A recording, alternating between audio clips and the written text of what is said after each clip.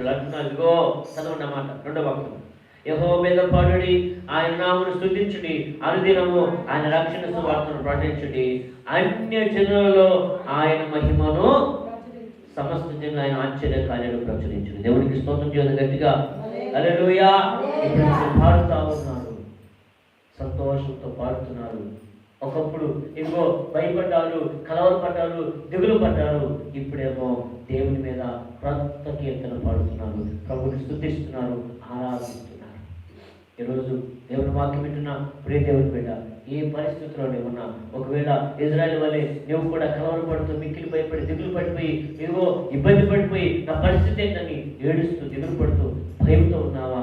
నా ప్రభు నీతో ఉంటున్నాడు, ఊరకనే ఉండు, దిగులు పడవక్క, ఊరకుండు. ఊరకుండు అంటే అర్థం ఏంటంటే, ఊరకుండడం ఏంటంటే ఇదిగో ఈ కుమారుడు ఆరంభంలో చెప్పాను కదా, ఈ కుమారుడు కుక్క వచ్చినప్పుడు అరవ అవసరంలా ఊరకుండడం అంటే తండ్రి ఇదిగో నీవు ఉన్నావని తండ్రికి అప్పగించుకుంట. దేవునికి స్తోత్రం హల్లెలూయా. పరిపూర్ణంగా దేవునికి అప్పగించుకుంట. దేవా నీవు కార్యం చేయ, నీవు విడిపించు, నీవు మేలు చేయని ఒక తండ్రి తన కుమారుడు తండ్రికి ఎలా అప్పగించుకుంటాడో మనము మన దేవునికి అప్పగించుకుందాముగాక.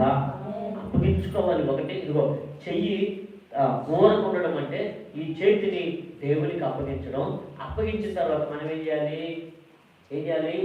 ఆ తండ్రి ఎటు నడిపిస్తే అటు నడవాలా. ఆ తండ్రికి మనం ఆలోచన చెప్పకూడదు. స్తోత్రం హల్లెలూయా హల్లెలూయా. ఊరక ఉండుట అంటే లోబడి జీవించుట. ఇదిగో ఈ వ్యక్తి అక్కడ శ్రమ ఉంది, ఇదిగో ఈ వ్యక్తి ఏం చేయాలంటే ఆ శ్రమను చూసి భయపడకూడదు, కానీ పక్కన ఉన్న నన్ను చూసి అతను ఊరకనే ఉండాలి. ఊరకుండడంలో రెండు విషయాలు. ఒకటి ఇదిగో ఈ చేతిని నాకు అప్పగించాలి. ఏం చేయాలి? ఈ చేతిని అప్పగించుకోవాలి. అప్పగించుకున్న వాడు అక్కడ శ్రమ ఉంది అయినా నేను అడ్డే తీసుకువెడుతున్నా, ఇతను ఏం చేయాలి? దిగులు పడకూడదు. ఇతను ఏం చేయాలంటే నేను నడిపించినప్పుడు ఆ మార్గంలోనే నడవాలి. నేను నడవను ఇటు వెళ్తానంటే మళ్ళా శ్రమ వస్తుంది. దేవుడు ఇజ్రాయెల్ ప్రజలను రక్షించినప్పుడు, విడిపించినప్పుడు, ఇజ్రాయెల్ పక్షమై యుద్ధం చేసినప్పుడు సముద్రం ఉంది కాబట్టి యుద్ధంతులే ఇంకొక ఏం తీసుకెళ్ళాడా? ఎటు తీసుకెళ్ళాడు? సముద్ర మార్గంలోనే తీసుకుని వెళ్ళాడు. దేవునికి స్తోత్రం.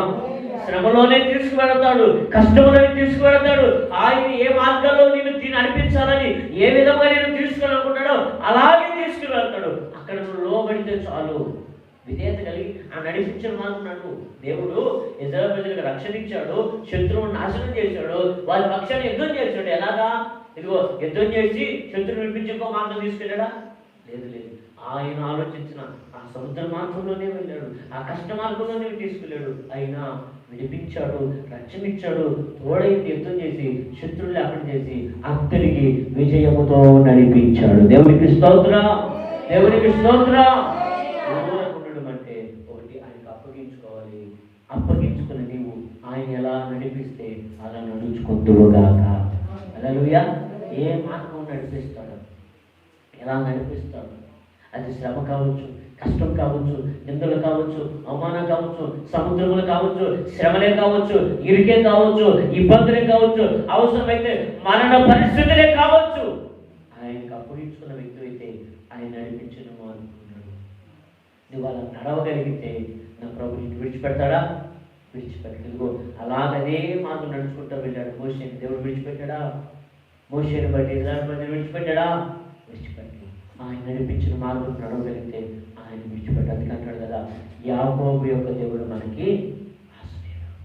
ఆయనని విడిచిపెట్టడం, ఆయనను చూసివేడు, నీకు విజయం అనుభవిస్తాడు. ఒక నుంచి ప్రార్థన చేసుకోండి. ప్రభు అంటున్నాడు, మీరు ఊరకనే ఉండి నేను దేవుడిని తెలుసుకోండి. ఎలాగా? ఆయన చేసే కార్యాలను బట్టి ఆయన దేవుడిని తెలుసుకోవాలి. ఊరకనే ఉండండి. ఇజ్రాయెల్ ప్రజలతో మనుషులతో మీరు ఊరకుండండి. వారి సైన్యాలను చూసి, శత్రువులను చూసి, శ్రమను చూసి, ఇబ్బందులను చూసి, ఇదిగో రథాలను చూసి, గుర్రాలను చూసి కలవరపడిపోయారు. మోషే అంటున్నాడు, కలవరపడవద్దు, దిగులు పడవద్దు, ఏడవద్దు, కురికిపోవద్దు, అధైర్యపడవద్దు, ఊరకనే ఉండు. ఊరకనే ఉండుట అనగా ఇదిగో నీ చేతిని ఆయనకు అప్పగించుకుని నీవు ఆయన నడిపించిన మార్గంలో విధేయత కలిగి బ్రతుకు. అప్పగించుకో, విధేయత కలిగి బ్రతుకు. అలా నువ్వు చేయగలిగితే ఇదిగో ఊరకనే ఉన్నాం. ఇశ్రాయేలుకు ఒకటి రక్షణ వచ్చింది, ఊరకున ఉన్న ఇశ్రాయేలు